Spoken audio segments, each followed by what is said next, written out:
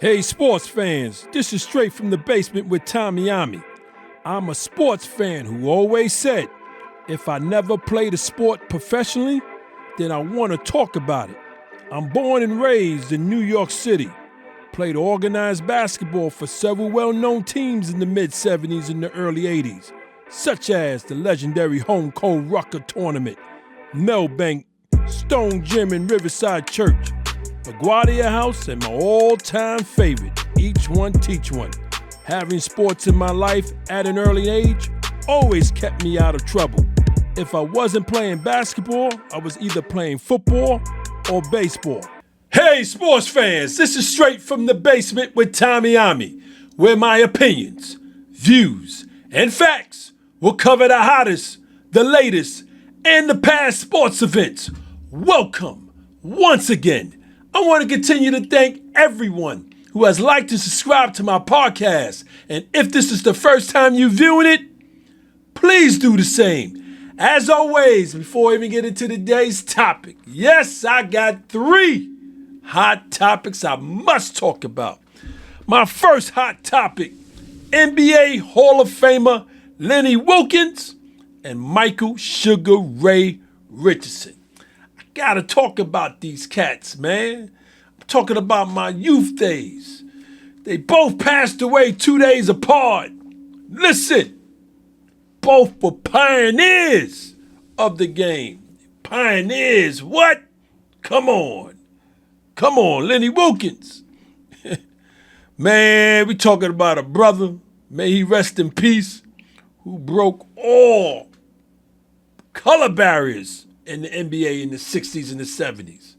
As a player and a coach, Michael Sugar, as they call him, Ray Richardson. Yeah, 8-year career in the NBA. 8 years in the NBA, 3 different teams. All 3 teams were rebuilding. Listen, Lenny Wilkens, back to him. Listen, you're talking about a role model. Talking about a role model for all black young men, just men in general. Role model as a player and coach. I mean, class act.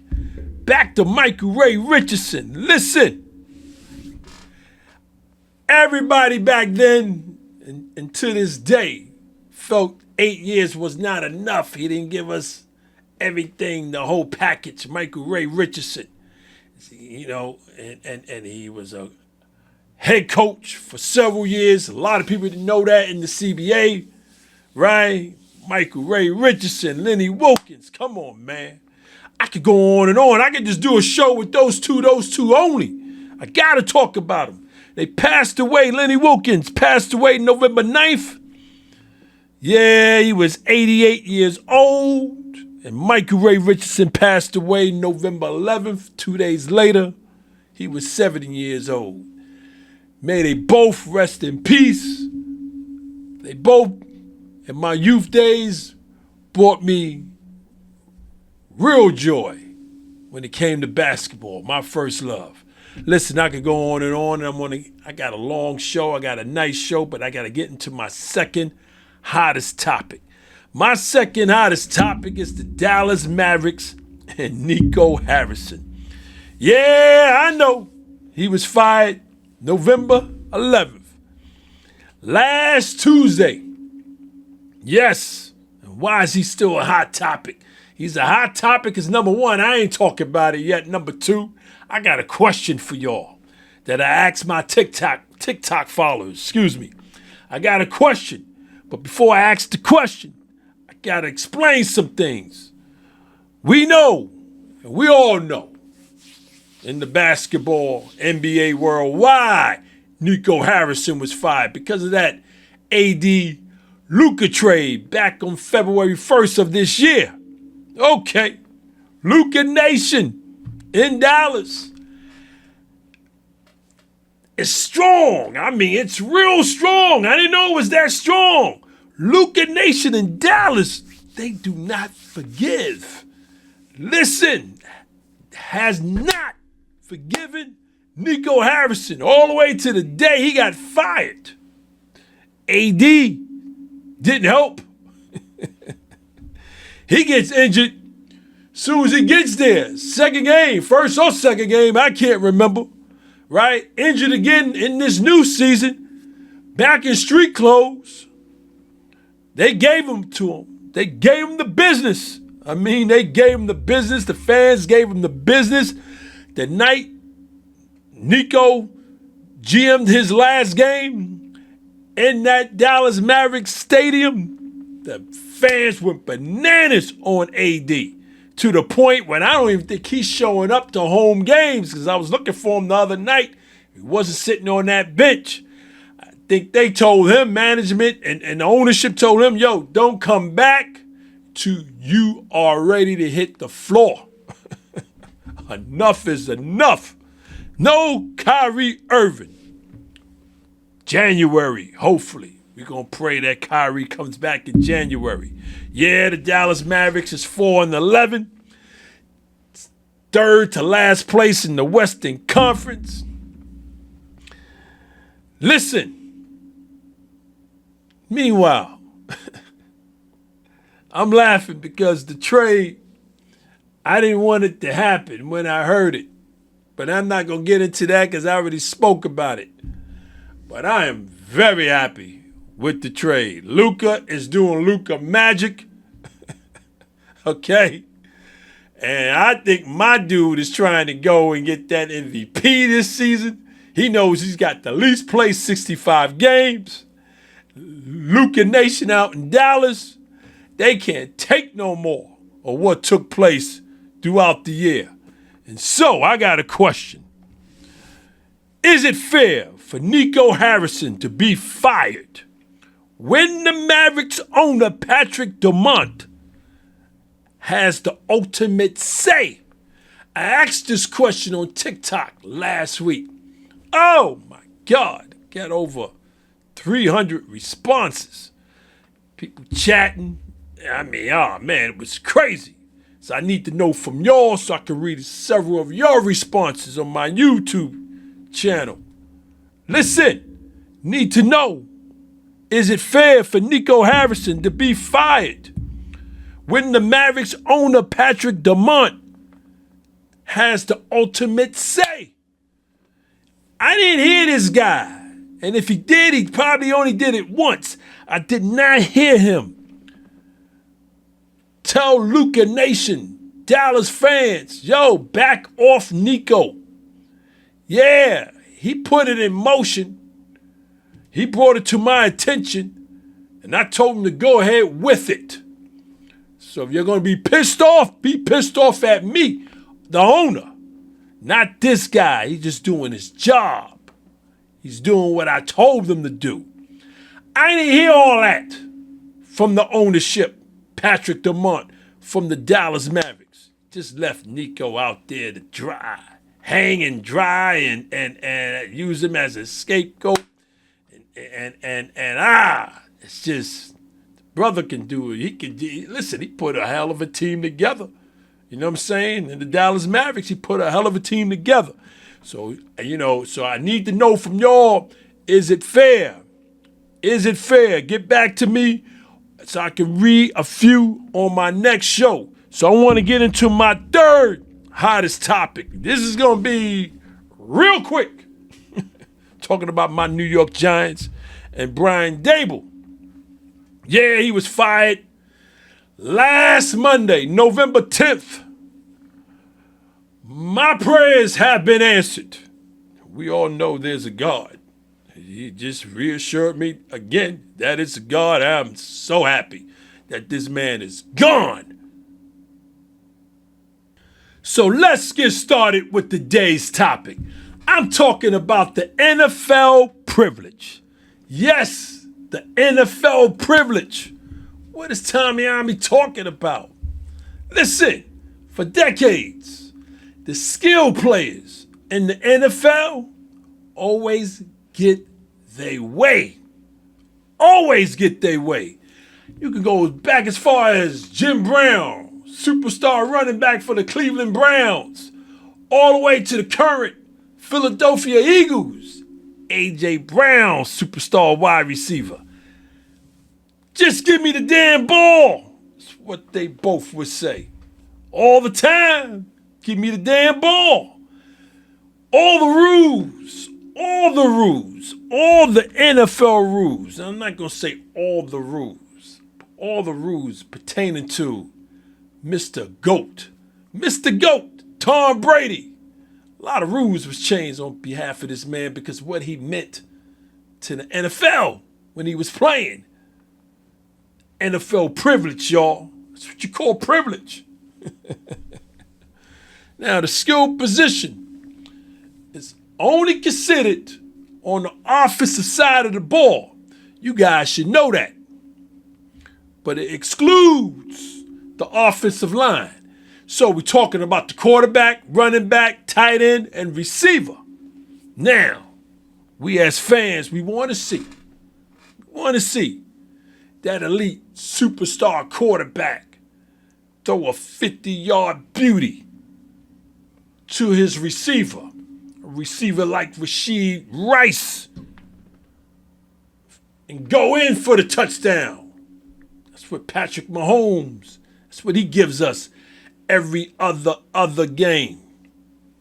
Or we want to see the running back do that swift cutback for 45-yard touchdown, the way Barry Sanders used to do it. Remember Barry B with those lines, right? We move over, switch over to the tight end position.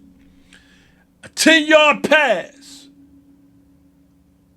The tight end catches it. I'm talking about like a Travis Kelce. And then he jumps over his defender and run another 30-yard for the touchdown.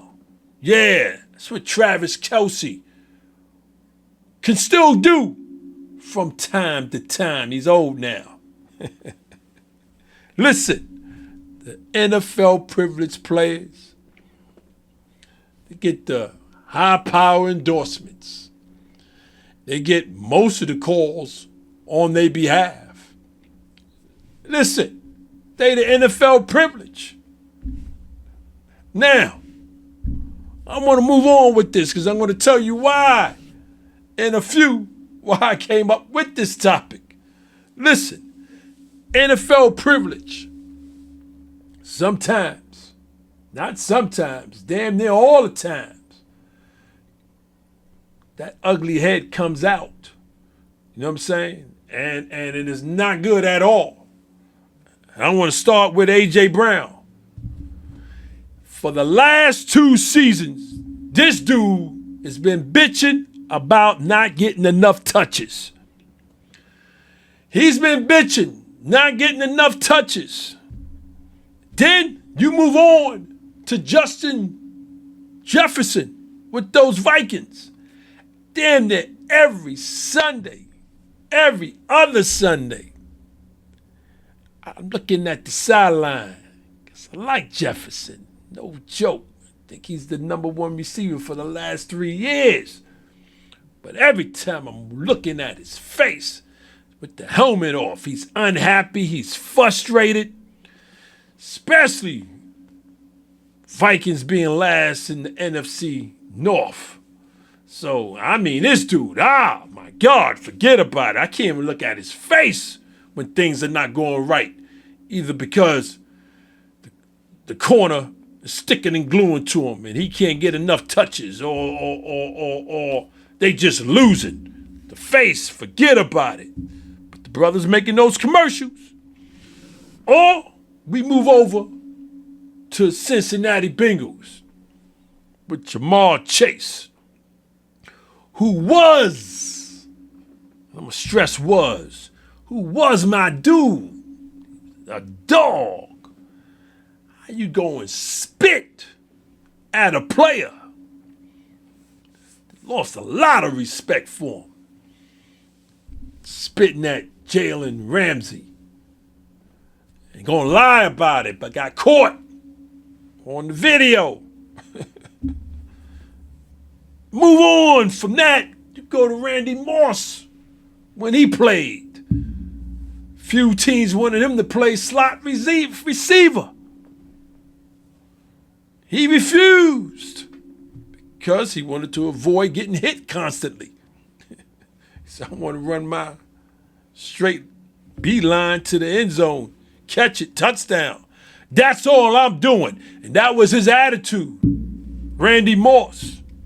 So, the reason, like I said a few minutes ago, the reason why I even came up with this show, why it even came in my brain, because I've been listening to superstar wide receiver, Philadelphia Eagles, A.J. Brown, bitch to the point where I can't even take it no more. And I'm a New York Giant fan, and I got my own problems being 2-9 or whatever we are. A.J. Brown complaining that he's not getting enough touches. He's complaining so much that if you saw the Lions game, Hurts threw the second pass of the game to Brown. He caught it, and the fans got up and cheered. Gave him a standing ovation, like to almost say, yo, you happy now? You got the ball as soon as the game began. Like, enough of your shit complaining, A.J. Brown. I can see, dude, if you was on my Giants and we were playing the way we playing and we were 2-9. You get it? Yeah, all right. So you get 50 touches playing for us, but you're 2-9. Would you be happy? Or would you be complaining about something else? You on a Super Bowl team, and you done made this coach convert from being a running team, the way they won the Super Bowl last year, with Saquon in that running game and Hurts running, to a passing Super Bowl team. We're going to see how far that gets you guys. Right now, yeah, you're still on top. But yo, dude, you don't need to be complaining. You on a Super Bowl team. And the way it's looking right now in the NFC, shit, you're probably going back to the Super Bowl to represent. So, A.J. Brown, you the reason why the thought even came to my mind with this NFL privilege. Stay in your lane, dude.